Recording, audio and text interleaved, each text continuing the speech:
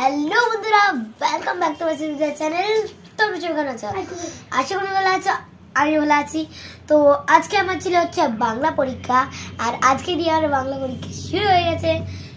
তো এটা হচ্ছে অ্যানুয়াল এক্সিবিশন।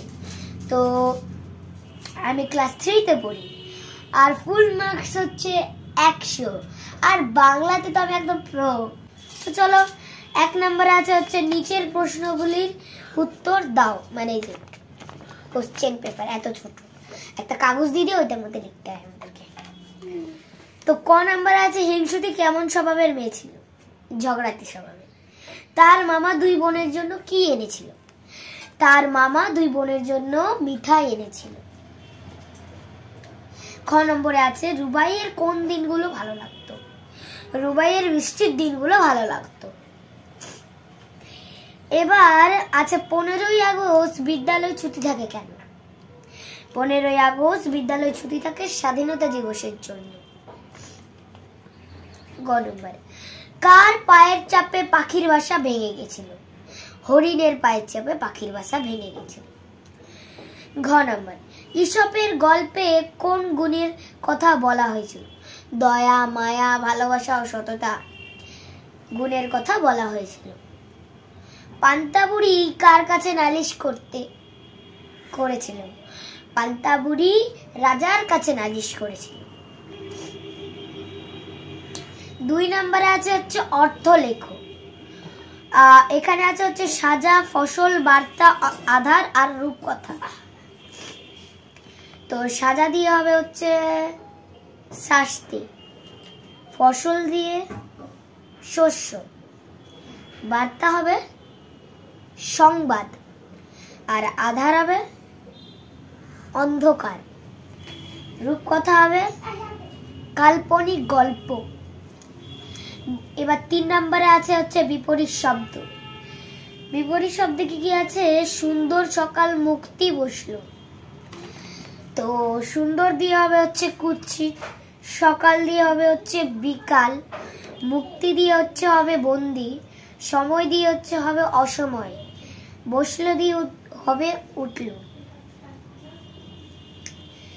তো 1, 2, 3 এগুলো তো পেরে গেলাম। এবার 4 নম্বরে আছে হচ্ছে বাক্য রচনা। বাক্য রচনায় আছে মেঘলা, ধনী, পৃথিবী, শীত, রৌদ্র। এটা তো বানিয়েও লিখতে পারি। তো বাক্য রচনা মেঘলা, আমার মেঘলা দিন ভালো লাগে। ধনী, আমাদের ছোট ছোট আওয়াজকে ধ্বনি বলে। মুক্তি না পৃথিবী, আমরা পৃথিবী গ্রহে বাস করি। শীত, আজকে সকালবেলা খুব শীত পড়েছে। রৌদ্র, আজকে সকালবেলা খুব রৌদ্র উঠেছে। তো 1, 2, 3, 4 তো পেলাম। এবার হচ্ছে 5 নম্বরের সমাজচরিত শব্দ লেখো। তো অদন্ত নয় জফলা, অন্য মানে অপর, অদন্ত নয় অন্য মানে ভাত। কমল, কমল মানে পদ্ম। কয়কারে কমল মানে হচ্ছে নরম। পয়কারে পা দন্তন্বয় হসি, পানি মানে হচ্ছে জল, আর পাকারে পা মধ্যন্বয় হসি মানে হচ্ছে হাত। দন্তস্বরে সাপ মানে হচ্ছে সর্প, আর তালে উৎসে আকার প সাপ মানে হচ্ছে অভিশাপ। এবার আছে বয়সী প্রেক্ষাপটের মধ্যে 20 মানে গরম, আর বয়সী তালে 20 মানে 20, আবার গুড়ি ভেবো না, কুড়ি। তো এবার লিঙ্গ পরিবর্তন আছে হচ্ছে 6 নাম্বার।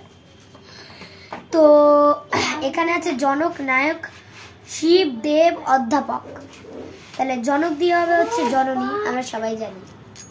নায়ক দিয়ে হচ্ছে হবে নায়িকা, শিব দিয়ে হচ্ছে হবে শিবানী, দেব দিয়ে হচ্ছে হবে দেবী, অধ্যাপক দিয়ে হচ্ছে হবে অধ্যাপিকা।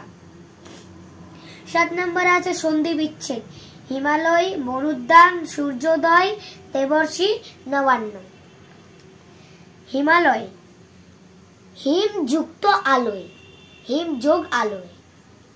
মরুদ্যান, মরু যোগ উদ্যান। সূর্যোদয়, সূর্য যোগ উদয়, দেবর্ষি। দেব যোগ ঋষি, নবান্ন। নব যুক্ত আন্ন। এই যে এদিকের গুলো তো সব পারলাম। এবার আছে হচ্ছে 8 নম্বরে এক কথায় উত্তরটা, এগুলো তো বেলে যাবো আমি।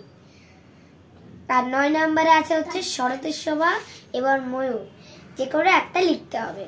তো আমার সবচেয়ে মুখস্থ আছে হচ্ছে শরতের শোভা, তাই আমি শরতের শোভাই লিখেছি। তো খ নম্বর আছে হচ্ছে ঘাসের মধ্যে কি ছিল? ঘাসের মধ্যে খুর ছিল। খ নম্বরে আছে খবরের কাগজের ছেঁড়া পাতাটা কার ছিল? কাকু। গ নম্বরে আছে মুক্তি সুখের বার্তা কে আনে? এটা হবে হচ্ছে নীলকণ্ঠ পাখি, ফুল বলছে। তো ঘ নম্বরে আছে কাদের কাকলি কোজন শোনা গেল? পাখিদের কাকলি কোজন শোনা গেল। ব্যাস। ও নম্বরে আছে রুবাইয়ের সারাক্ষণ কি করতে ইচ্ছা করে? ছাদে দৌড়াদৌড়ি করতে ইচ্ছা করে। এবার রচনা আছে 9 নম্বরে, যে কোনো একটা লেখো। তো আমি লিখেছি শরতের শোভা, তাই শরতের শোভাই বলবো। তো বর্ষা আর হেমন্তের মাঝের ঋতু হলো শরৎ। বর্ষার কালো পর্দা সরে গিয়ে নীল আকাশে সাদা মেঘের বেলায় চড়ে শরৎ রানী আসে। শরৎ ঋতুদের মধ্যে সেরা, তখন পুকুর ডোবা খাল বিল জলে কানায় কানায় ভরা। মাঠে মাঠে সবুজ ফসল, চারিদিকে কাশফুলের সমারোহ। শিউলি ঝরছে মুতো মুসু, শিশির ধোয়া দুবরায় প্রভাতে সোনা রোদের চোখ জুড়ানো শোভা। বাংলার এই দৃশ্যর তুলনা আর কোথাও মেলে না। শরতের এই অপরূপ শোভা ও সৌন্দর্যের সঙ্গে মিল রেখে আসেন শারদলক্ষ্মী। আর তাকে ঘিরেই বাঙালির সবচেয়ে বড় উৎসব শারদ উৎসব। তো তোমরা তো দেখলেই আমি শরতের সবাই পুরো বললাম, তার মানে আমি পুরোপুরি ঠিক করেছি।